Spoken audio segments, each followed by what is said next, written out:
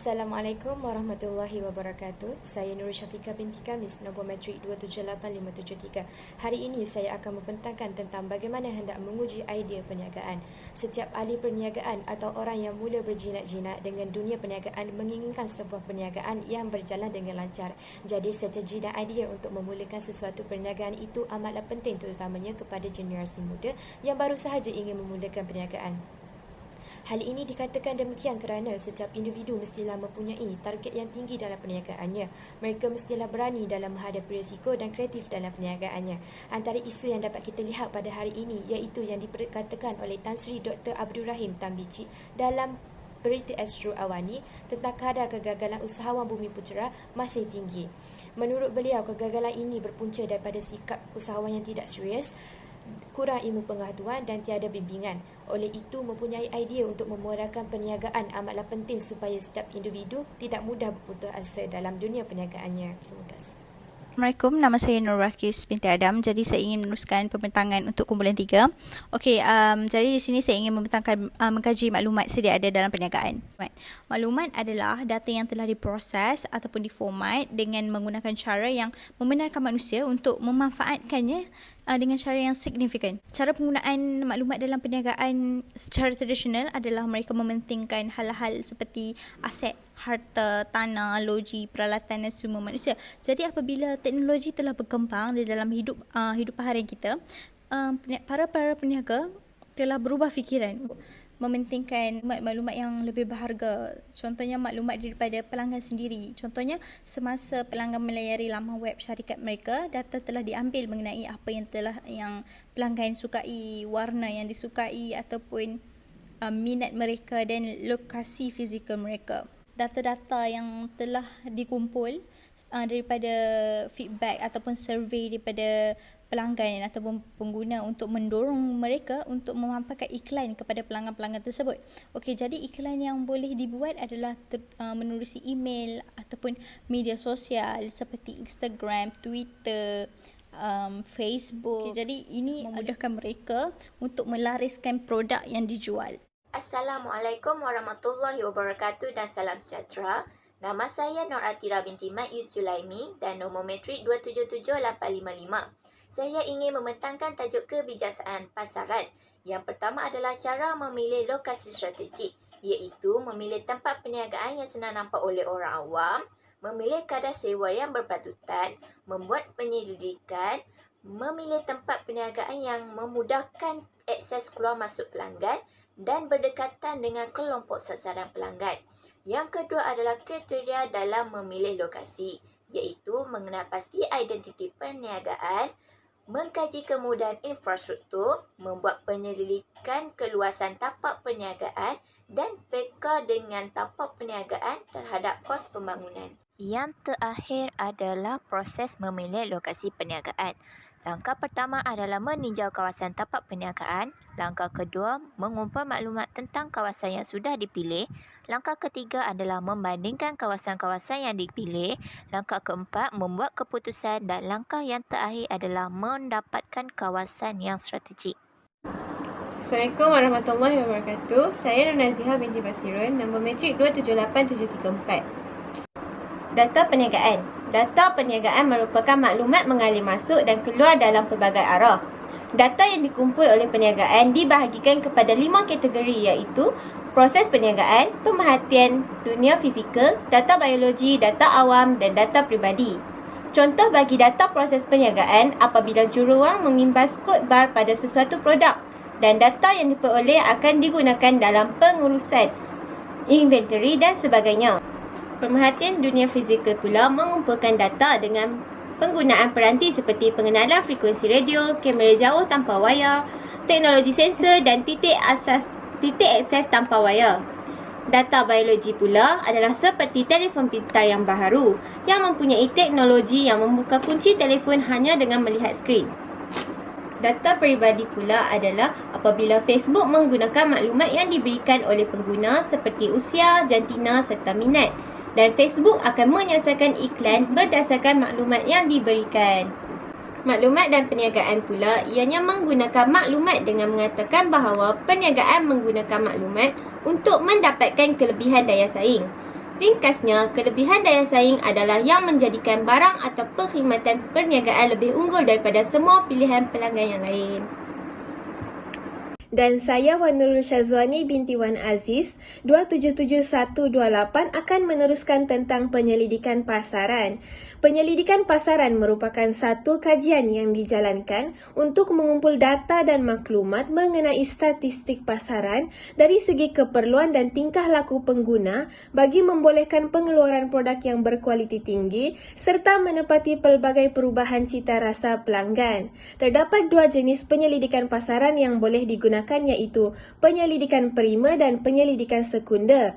Penyelidikan prima merupakan data dan maklumat yang diperoleh secara terus daripada responden seperti soal selidik, temu ramah, panggilan video, membuat tinjauan dan membuat pemerhatian. Manakala penyelidikan sekunder pula adalah data dan maklumat yang diperoleh daripada bahan rujukan seperti internet dan buku-buku rujukan.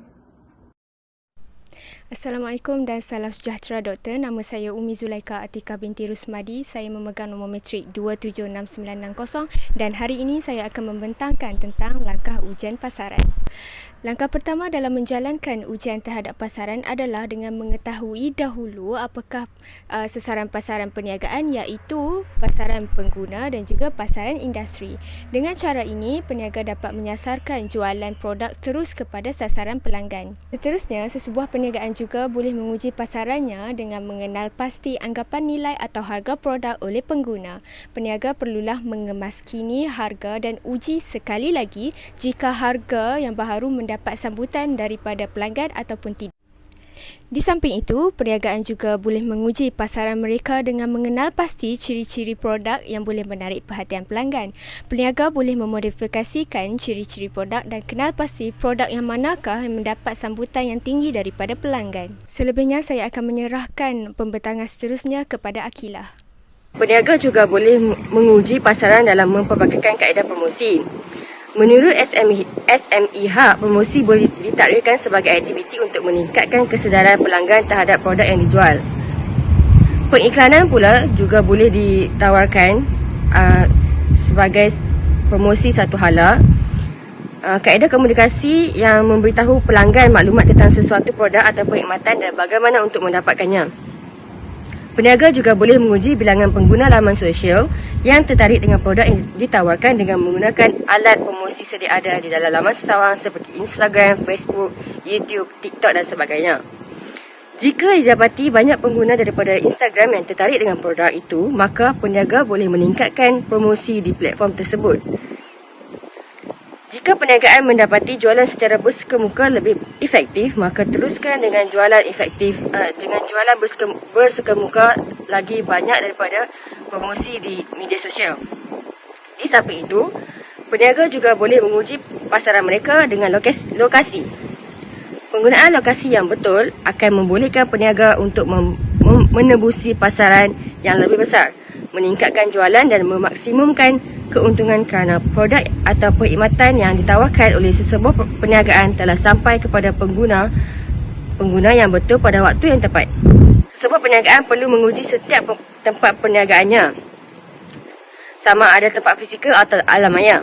Namun, terdapat sedikit kesukaran jika sesebuah perniagaan hanya menjalankan perniagaan di premis fizikal, kerana jika didapati tempat perniagaan tersebut tidak strategik, agak sukar untuk sesebuah perniagaan berpindah ke lokasi lain kerana ia memakan modal untuk menempah tapak tersebut. Kawasan perniagaan tersebut dari segi permintaan pelanggan dan persaingan dengan menjalankan survey sebelum membeli ataupun menyewa tempat perniagaan. Seterusnya, peniaga juga boleh menguji tahap pasaran mereka secara alamiah, iaitu dengan menggunakan saluran perkhidmatan seperti ejen, peruncit atau pemborong untuk mengedar produk atau perkhidmatan kepada pengguna akhir di satu lokasi. Assalamualaikum warahmatullahi wabarakatuh dan salam sejahtera. Nama saya Norsina binti Mat Nasir, nombor matrik 277470. Saya akan membentangkan mengenai apa itu rekod dalaman. Rekod dalaman merupakan antara komponen sistem maklumat yang penting dalam menguji idea perniagaan. Rekod dalaman juga merujuk kepada dokumen dan data yang telah direkodkan dan disimpan oleh pihak organisasi sesebuah perniagaan. Antara maklumat yang terkandung dalam rekod dalaman ialah rekod kewangan, rekod jualan, rekod sumber manusia, laporan pesanan, paras inventory dan sebagainya. Rekod dalaman dibahagi pada 3 jangka masa, iaitu jangka masa baru, antara tempoh bulanan atau tahun semasa, jangka masa sederhana melebihi 1 tahun dan terakhir jangka masa lama melebihi 5 tahun. Jika hasil ujian rekod dalaman ini menunjukkan keputusan yang positif, maka idea peniagaan tersebut dapat diteruskan. Dan selamat sejahtera, nama saya Adibah Syakila binti Abdul Kadir, nombor metrik 277031. Pada hari ini saya akan membincangkan bagaimana kita hendak menguji idea perniagaan kita melalui aktiviti pemasaran.